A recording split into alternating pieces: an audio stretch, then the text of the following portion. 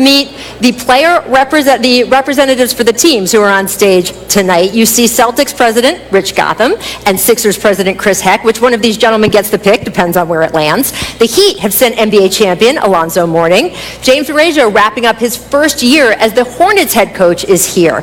Lakers forward Kyle Kuzma is here. He's trying to bring his team some luck with that jacket. The Timberwolves have sent a new president of basketball operations. Congratulations to Gerson Rosas, who just got that job. The Mavericks have sent their powerhouse CEO, Cynthia Marshall. She's here. From Memphis, they sent the man with, guys, the coolest nickname in the building, right? Elliot Sox Perry. Repping New Orleans. No one's backing me up on that, Elliot. I'm with you. That's a great nickname. Repping New Orleans will be the new EVP of Basketball Ops, David Griffin. Washington has sent Vice Chairman Raul Fernandez. Atlanta has sent a member of its ownership group, actress Jamie Gertz, hoping for more than less than zero tonight. And next up, the man who needs no introduction in Chicago, four-time champion, Horace Grant. Hold for applause. Last year's #1 overall pick, DeAndre Ayton, is here for the Suns. And the Cavs have sent their good luck charm. Nick Gilbert, the son of owner Dan Gilbert, is here tonight.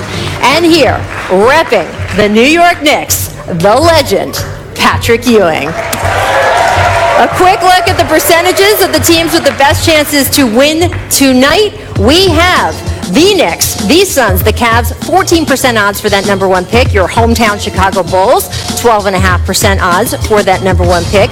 The other teams could hop up in the lottery, and hey, it's like any lottery. If you don't play, you can't win.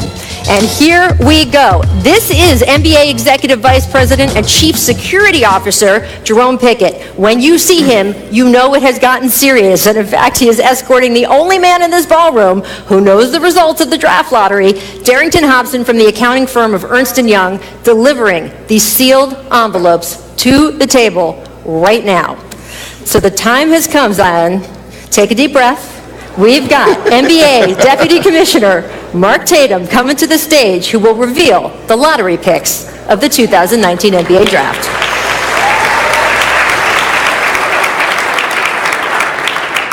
Thank you very much, Rachel, and good luck, everyone. Pick number 14 will be made by the Boston Celtics. All right, this was originally Sacramento's pick, but it goes to Boston. If the pick had been #1 overall, would have been to Philadelphia, but Celtics, you've got it. The 13th pick belongs to the Miami Heat. Picking 12th will be the Charlotte Hornets. The 11th pick in the draft will go to the Minnesota Timberwolves. Wow, that means the Los Angeles Lakers have moved up. Kyle Kuzma's lucky jacket worked. And it gives the Lakers a chance to get another asset to go after Anthony Davis in a trade. Wow, this is going to get interesting. Pick number 10 will be made by the Atlanta Hawks. All right, so the pick goes to Atlanta due to the Luka Doncic Trae Young trade at last year's draft. Had the pick gone into the top 4, it would have stayed with Dallas, but sorry, Cynthia, we got to give the pick up to Jamie Gertz. The 9th pick goes to the Washington Wizards. Wow, all right, this means the Grizzlies moved up. We have a double jump, Woj. And this was the flattening of the lottery odds. We were going to see more action like this. The 8th pick will be made by the Atlanta Hawks.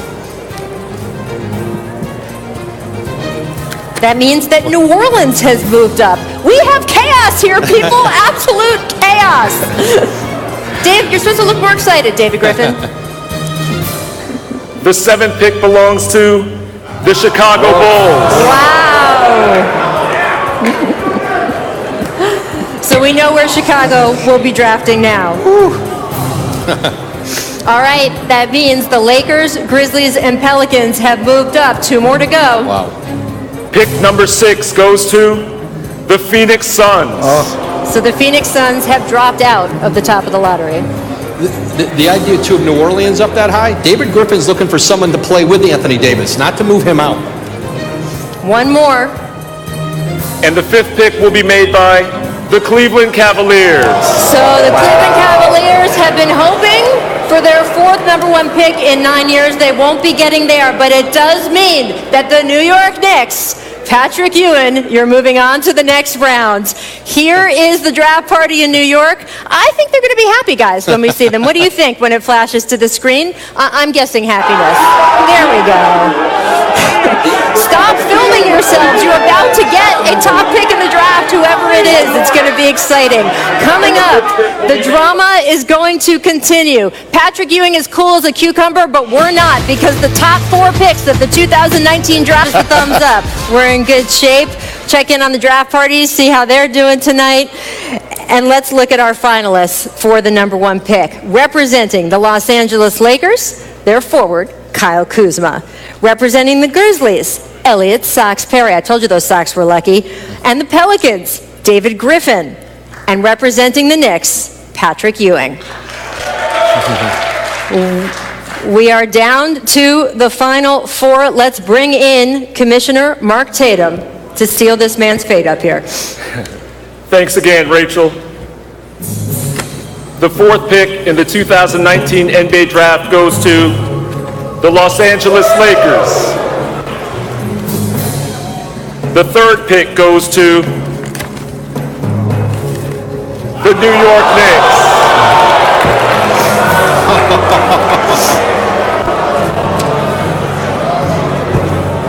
The 2nd pick will be made by the Memphis Grizzlies, and that means that the number 1 pick in the 2019 NBA Draft goes to the New Orleans Pelicans. Wow. All right, barring a trade, New Orleans will pick first overall for just the 2nd time in franchise history. New Orleans selected Anthony Davis with the top pick back in 2012.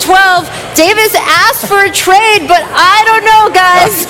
Now Zion Williamson might be coming to town. Look how happy David Griffin looks. Our Maria Taylor is standing by to...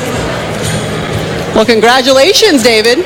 Thank you. You look pretty happy. I see you're holding something. Can we just walk me through if this is a good luck So charm? we did a contest in New Orleans. One of our ticket holders, Connie Halfin, gave us this. This is her lucky angel. It's a 56-year-old wooden angel. And when Cleveland won in 2014, I had my grandmother's angel on my shoulder.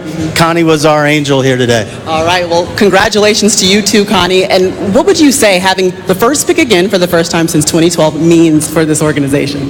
Well, I think it's just another positive event for us and what's going to be, we hope, several that we stack together.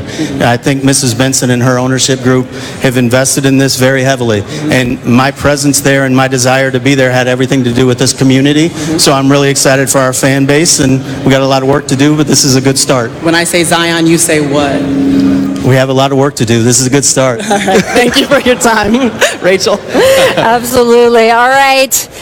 Let's take a look at the final draft lottery order. New Orleans Pelicans, 2nd number 1 pick in their history. You've got the Grizzlies, the Knicks, the Lakers, the Cavs, the Suns, the Bulls. And Woj, you heard this might happen tonight. I stood over behind our stage with Dave Griffin about 90 minutes ago. He looked me in the eye and he said, we're going to win this draft lottery. We're going to get the number 1 pick. And we're going to continue to work to convince Anthony Davis to stay here. It's not about talking in meetings. It's about showing him. And the whole narrative about Anthony Davis's future in New Orleans, I think, could be very different with Zion Williamson's arrival. Man, as we said earlier tonight, the match is getting lit tonight, and the ripple effect is going to be crazy. Maria Taylor is with Zion Williamson right now. All right, Zion, all eyes were on you several times. You looked a little nervous while you were sitting down. How do you feel right now? Still nervous. I don't know why. I'm just still nervous. Maybe because, yeah, like you said, all eyes were on me. And I think it's a lot to take in because I don't know where I'm going to be. Well, when you saw New Orleans got the number 1 pick, you didn't think for a second, oh, I could be in New Orleans? It's definitely a possibility, but, I mean, it's not sure until it actually happens. Have you ever been before? I've never been. Let's talk through your game and what potentially it could bring to whatever team you end up with. It's my will to win, and whatever that team needs me to do, I'm going to be able to do it. And we saw a guy named, Anthony Davis be picked by New Orleans with the number 1 overall pick. How does your game maybe compare to his and the ability that he had to make a difference in the league? Definitely the versatility, the ability to block shots and rebound, and I think just want to win. All right, well, Zion wants to win. He's still a little nervous, though, guys, but he knows potentially where he could end up now that New Orleans has the number 1 pick.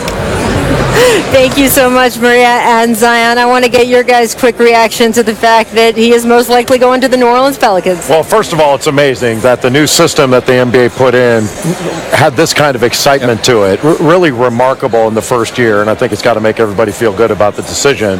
But for David Griffin to step into this job and to say to you, Woj, that hey, we want to convince Anthony Davis to stay and have this happen, I mean, that's some nice cards for him to hold as we go toward the draft, and to be able to make a case to Anthony Davis that New Orleans is where he should stay. Especially with Julius Randle having that player option, too. You think about what that front court could be like with Zion Williamson and Anthony Davis if they can get him to stay.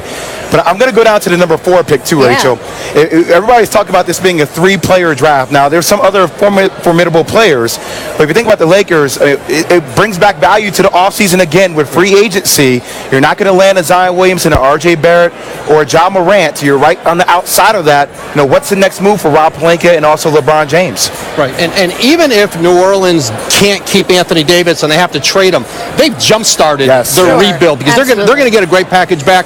And how about Memphis at number 2, an heir to Mike Conley at point guard, Ja Morant? That's going to the impact on that franchise can't be underestimated. And to have R.J. Barrett potentially going to New York to play for the Knicks, I mean that's an impressive move for that kid who is worthy of the number 1 pick. I mean, a year ago he was the presumptive number 1 pick that was headed toward this draft. And Jay, you mentioned the new system. We had so many changes, right? We don't normally see this in the top of the draft. What did you think this is going to be in terms of the effect on the league and the decisions they make about, as you say, trying not to encourage the race to the bottom? It's going to have a giant impact because teams, to just see this lottery, to see 3 teams jump up in there and New Orleans to win it, it just reaffirms what the numbers said was going to happen, that having the worst record or one of the 3 worst records in the league was not much of an advantage. You had an 86% chance to not get the number 1 overall pick. And it's funny, you guys were talking about this year's draft class. As you say, there seems to be a little bit of a drop after number 3. But we just showed Steph Curry. He was not expected to be a 2-time MVP. There are players later in this draft who can make an impact. There are. Jared Culver is a kid from Texas Tech. He's a great wing. Kobe White, like Jay mentioned at the beginning of the show, from North Carolina. Also a guy, Darius Garland. Now, he didn't play this year for Vanderbilt, but he's one of the top guards in the country, and his ability to shoot, defend, and he's a speedster with the ball, kind of like Ja Morant. He's a special type player. The difference is this draft is not as deep with top-flight talent. There are going to be some second-round talents in most drafts that are going to go in the first round this year, and usually it's the opposite. You have first-round talents that wind up in the second round. All right, but there are still good players out there. If you're watching and your team is not the New Orleans Pelicans, there's still exciting things happening ahead. I want to get back to Zach Lowe because, as you guys know, he was sequestered in the secret room. Let's just call it like it is. He was being held hostage. I believe that they have finally let him out. Zach, what have you got for us? Oh my God, Rachel. The most enthusiastic reaction I've ever seen in this room before was all those years ago when New Orleans won the lottery for Anthony Davis. Dell Demps offered up an enthusiastic fist pump underneath the table. I'm very happy to report that Alvin Gentry beat that out by a huge margin. He stood up, may have let out an expletive, and just started running around high-fiving all the people behind him, and everybody loved it. And it was just the wild to see. I mean, you can't even make this up. The whole lottery was going to be about, oh my gosh, what does it mean for the Anthony Davis sweepstakes? What about the Knicks? What about the Lakers? And Anthony Davis's team won the lottery. The entire room went crazy. There were gasps, there were shrieks, and then, of course, the Knicks and the Lakers are up there too. It was an absolutely wild scene. I was glad to witness it, and now I'm going to run up and talk to everyone up there. Back to you. Zach, you didn't say if any of those shrieks was you shrieking, but we've got a recording. We'll find out later. Now, with the lottery order set, I want to get it over to Mike Schmitz for the top 5 picks in ESPN's mock draft. Yeah, Zion to the Pelicans is a clear win. That's a no-brainer. We know that. But number 2 is when you start having some debate. Is it Ja Morant? Is it RJ Barrett? We're going to go with Ja Morant in Memphis. We think he can play with Mike Conley initially and then kind of be the heir apparent there. And that's huge for the New York Knicks. RJ Barrett is built to have that big city mentality. He's not afraid of the lights. So that's a huge win there. And then Darius Garland to the Lakers. He can play with Lonzo Ball. He can play on the ball. He can play off the ball because of his shooting stroke. And then lastly, DeAndre Hunter to the Cleveland Cavaliers. Great. Thank you so much, Mike. We appreciate it. All right, can we get a little tail of the tape from you guys? Sure, let's do it. From what he was just talking about? You're talking about Ja and RJ? Absolutely. Yep. I think it's a tough call. I agree with Mike that it's not a no-brainer. I would take Ja Morant first. But if you go with the shooting, Jay, I think I would lean toward Ja Morant, although when he gets his feet set, the lefty RJ Barrett can knock shots down. He's got to improve his free throw shooting, and Ja Morant's a much better free throw shooter. Morant's also a better passer. I would agree. When you look at the size, the length, I like RJ, but the style in which to play. I mean, look, same reason the Arizona Cardinals drafted Kyler Murray, right? You need a quarterback. You need a point guard, especially in today's age of pace and space. And there's nobody better to learn underneath, if you're Ja Morant, than Mike Conley Jr., a guy who's been plagued by injuries for most of his career, but his basketball IQ is off the charts. It is going to be